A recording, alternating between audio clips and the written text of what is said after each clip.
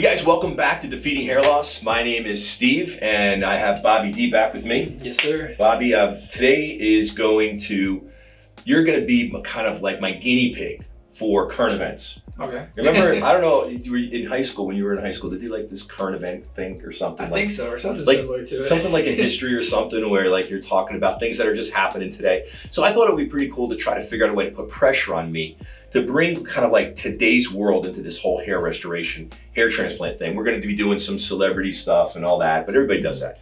So basically I'm putting pressure on myself, and every time I have Bobby come and be my guest star patient, I'm gonna just, Google one of the news channels or whatever, USA Today or whatever, and just look and see what's on there and just make something up. So that's kind of what we're doing. So it's kind of a history lesson for you, right? Because you're gonna be taking over someday, and that's the way it works. So anyway, so today here's what I found just looking very briefly at the news. So John Kerry, you know who John Kerry is? I think so, yeah. Yeah? Maybe. Okay. So John Kerry goes way back. He's an old timer, okay? He's got his own, he's a political guy, and he's been in politics for years. He's 80 years old. I had no idea.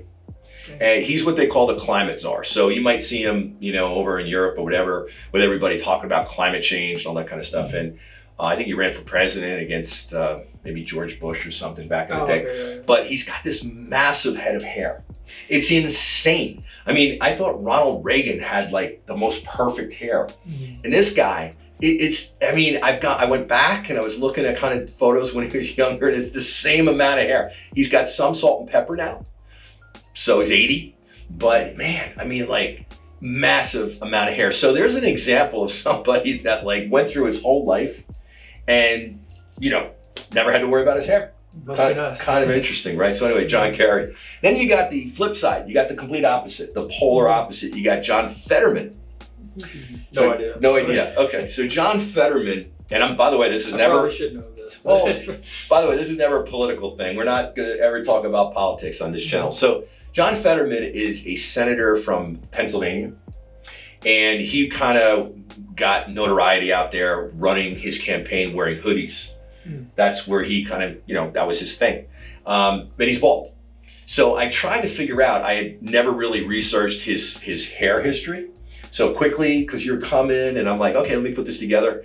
And it looks like he shaves, the donor zone and all that kind of stuff. And then I was like blown away because they have a photo of him when he was 20 years old, 35 years ago. He's 34 years ago. He's 54 years old.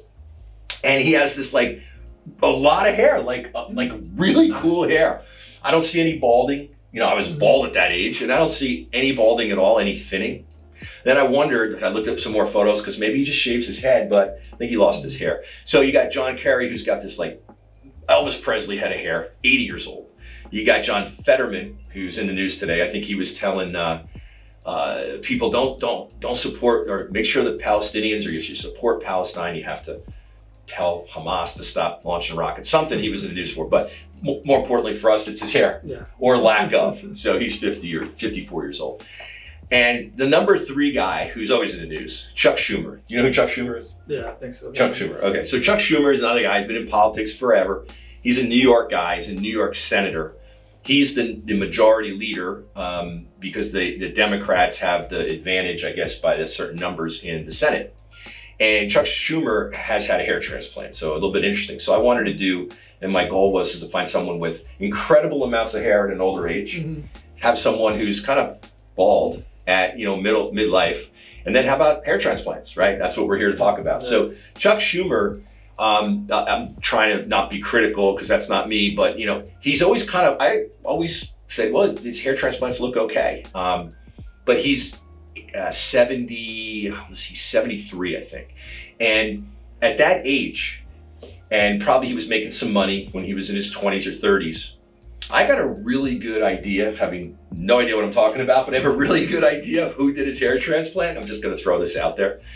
So one of the best doctors in the hair transplant history in the United States was actually practicing in DC. His name was Dr. Whiting.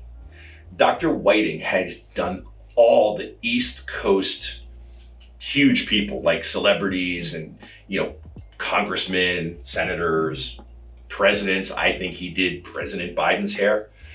Anyway, he did really good work. So Chuck Schumer, to me, kind of looks okay. But what you can look at when you kind of Google him is his hairline's a little high. That's how they did it back in the day, because they never wanted to come down lower because they'd run out of hair. They just really couldn't get a lot of grafts. And they were doing plugs in those days. And Dr. Whiting was the best plug hair doctor ever.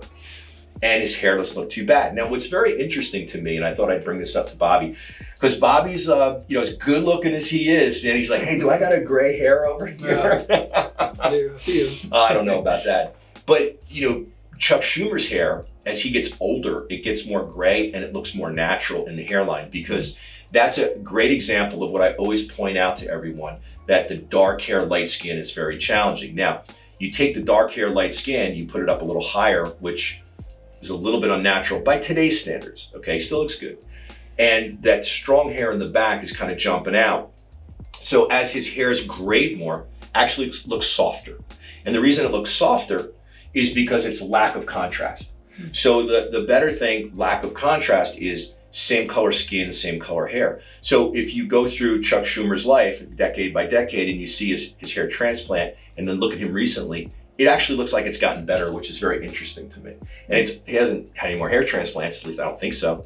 It's that his hair's gotten lighter, which I don't have for tonight, but President Joe Biden, hair transplants, looks not bad because his hair's white and his skin is white. I think he had the same doctor. That's just my opinion.